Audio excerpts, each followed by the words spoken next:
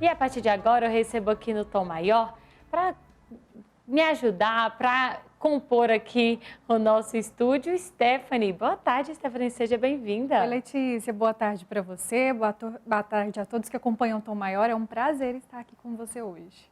Igualmente, olha, o nosso assunto hoje aqui no Tom Maior é sobre perda auditiva. Nesses tempos de pandemia e escolas fechadas, pais e professores vêm percebendo que muitas crianças têm dificuldades em manter a atenção nas aulas à distância, o que tem prejudicado o aprendizado que já não estava num processo tão fácil durante a pandemia. Além de problemas de adaptação ao computador e a falta da presença dos colegas, outro fator que pode estar atrapalhando o desempenho desses alunos é um possível problema auditivo. E por isso, os pais precisam estar bem atentos.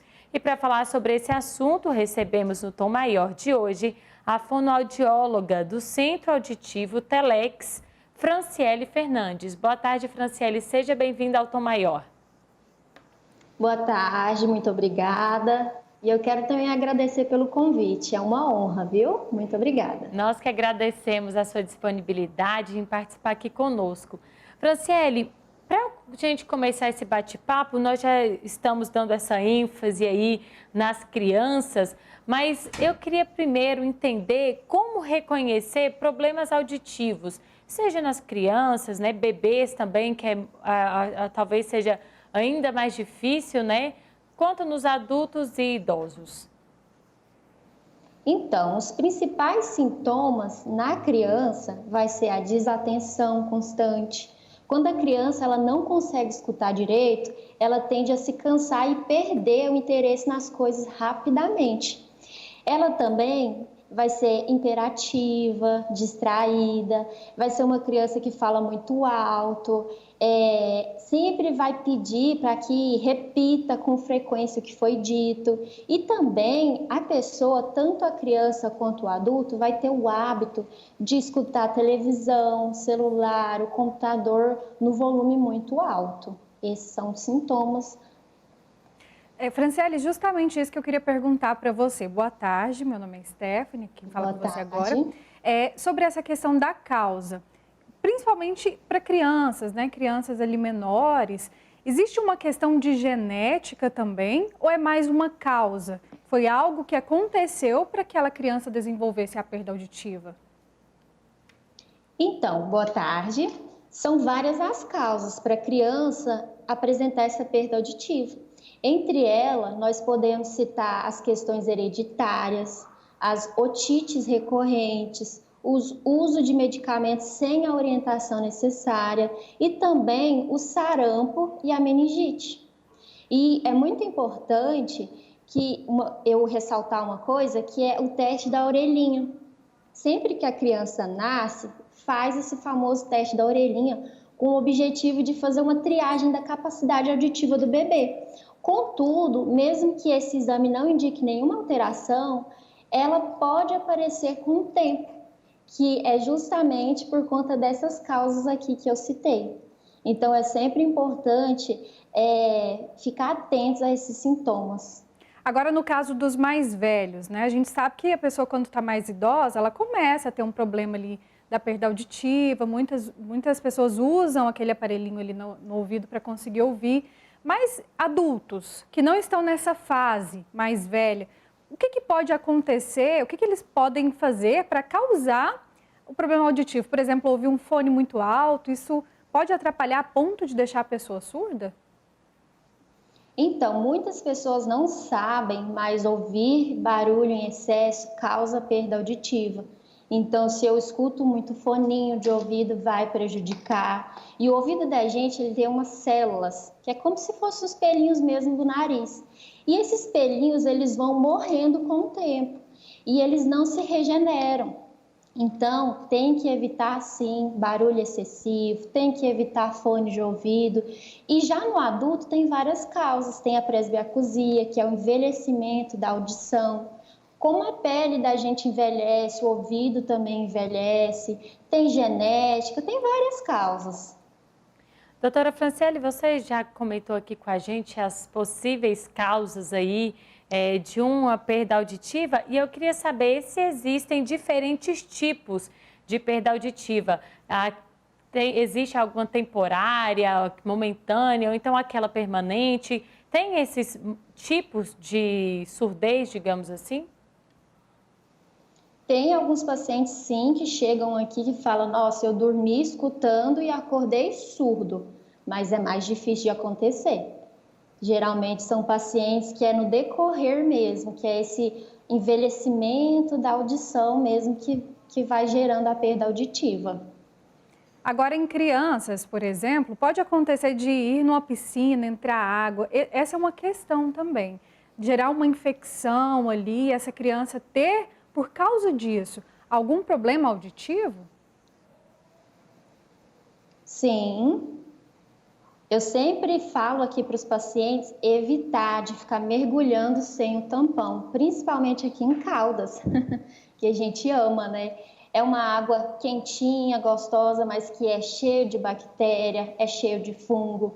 Então, no que eu fico mergulhando ali, sim, pode causar uma infecção e essa infecção pode sim causar a perda auditiva.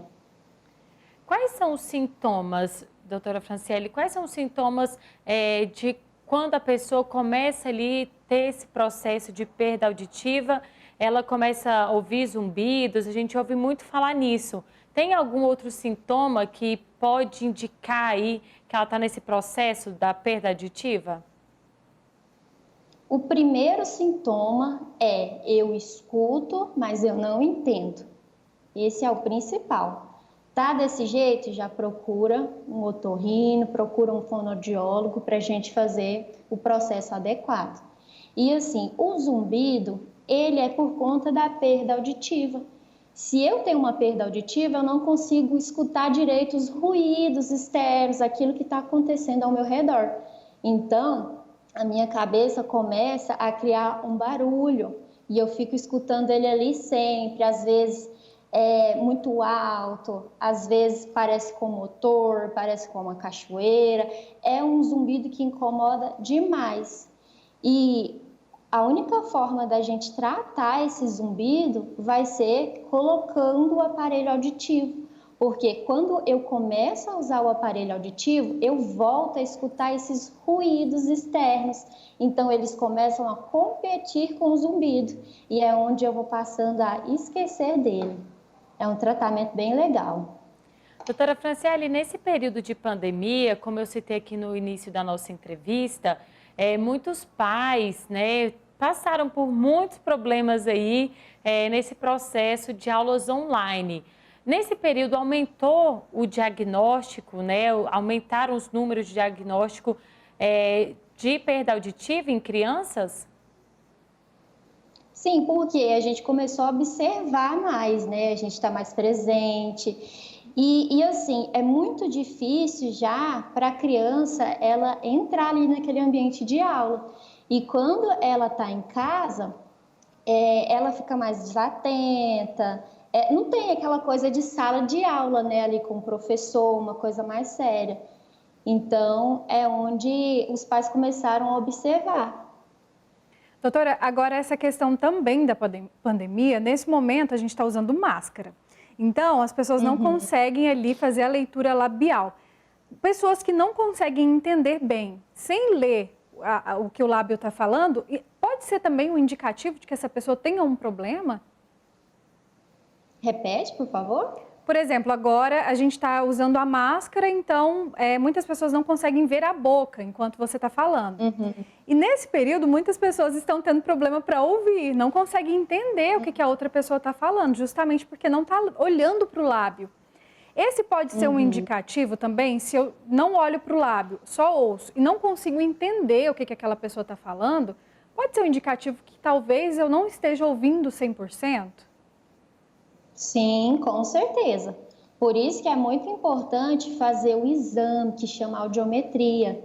É muito importante fazer uma vez no ano, porque você vai fazer um acompanhamento mais próximo para saber o que está acontecendo, se tem uma perdinha auditiva ou não, se está tudo bem, porque assim, dificuldade a gente vai ter mesmo com a máscara uma hora ou outra, Mas se eu estou tendo sempre essa dificuldade, eu posso sim procurar para fazer o exame para saber o que está acontecendo, porque pode sim ser uma perda auditiva.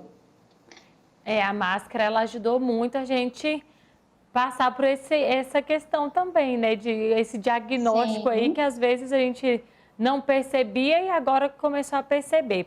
Doutora Franciele, nós estamos chegando agora na reta final da nossa entrevista e eu queria saber sobre os tratamentos disponíveis aí para perdas auditivas. Tem algo mais tecnológico que vem surgindo aí com o tempo? Então, os tratamentos têm o cirúrgico e também tem o com aparelho auditivo. Hoje em dia, os aparelhos auditivos têm a última tecnologia, mais avançada, são aparelhos que conectam no celular, na televisão e que vai ajudar demais o paciente. Olha só que bacana, a gente precisa mesmo, né, da tecnologia aliada aí à saúde para superar tantos desafios, né, Franciele? Sim. Conversamos aqui com a fonoaudióloga do Centro Auditivo Telex, Franciele Fernandes. Muito obrigada pela sua participação aqui no Tom Maior. Obrigada. Eu que agradeço, viu? Foi um prazer. Pois é, Stephanie. Faz parte a gente observar, ficar atentos aí, principalmente nas crianças, nessa perda auditiva, né? Sempre procurar um médico, um profissional da área.